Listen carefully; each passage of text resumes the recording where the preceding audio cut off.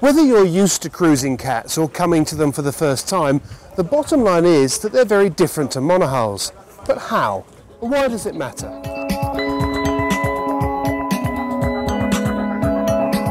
We've come to Tortola in the British Virgin Islands, one of the centres for catamaran cruising, where we've been lent a moorings 4800 and we're joined by renowned multi-hull designer Nigel Irens.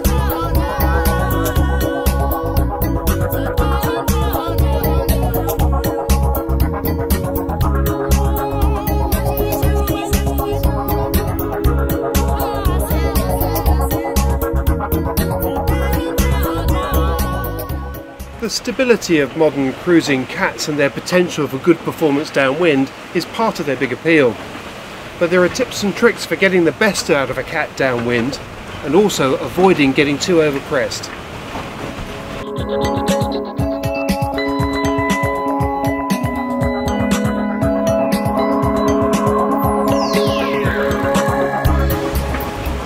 What kind of angles should we be looking at, Nigel, for downwind sailing?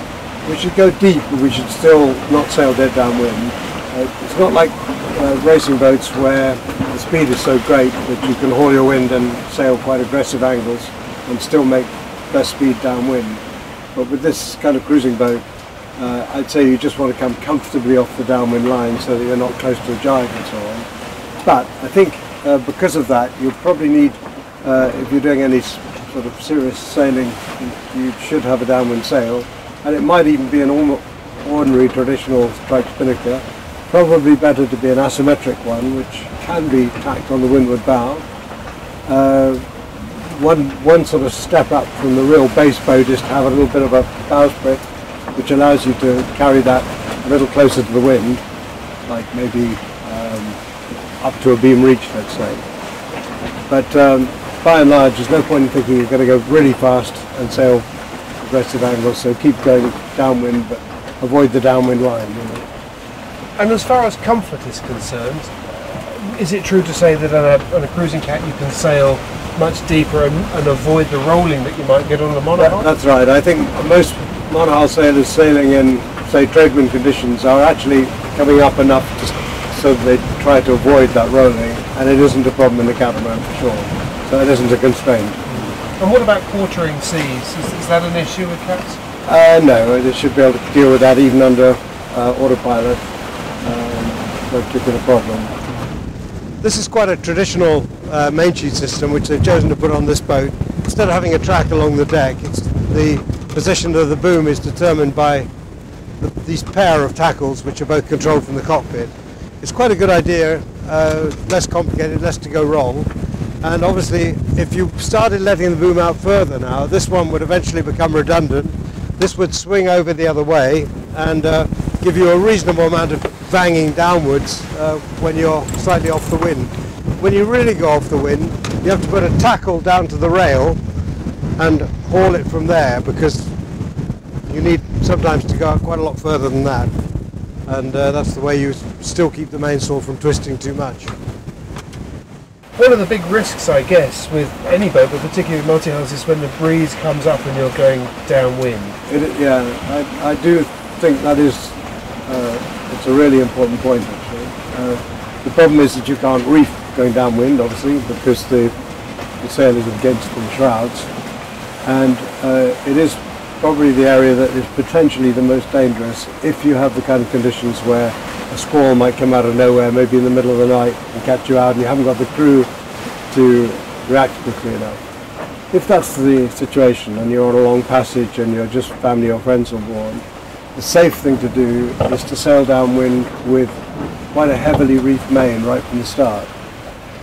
And that means that you can put all you like in the fore triangle or other downwind sails and not worry about it, because we all know that if you get a heavy squall come through, you can ease sheets very easily and you can get out of trouble. The problem is, of course, that to reef you've got to turn around and come back upwind, and you don't want to do that if there's all that wind.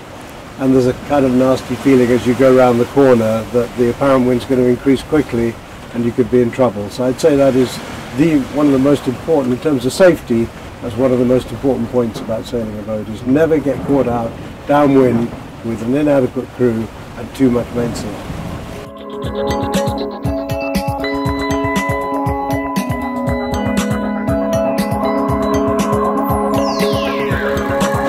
about jibing, Nigel?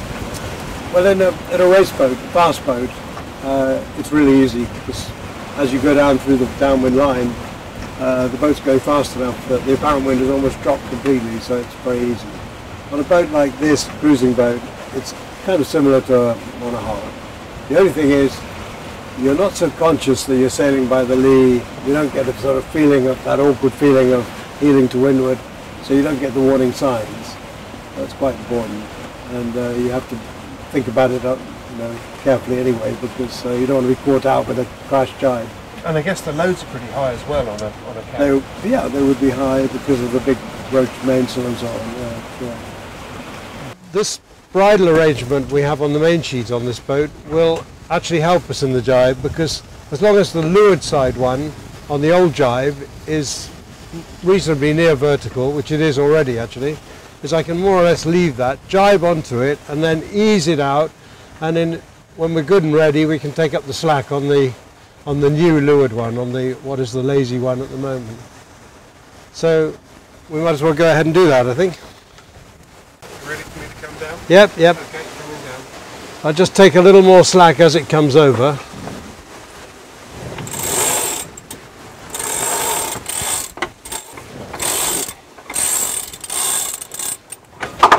There we are. Now I can just pay it out, take a turn off the winch to make it easier. Pay it out this side. Now the boom will be riding up in the air now, but that doesn't really matter. When I've finished with this one, I'll lock that off and then take up the slack on the new leeward side sheet.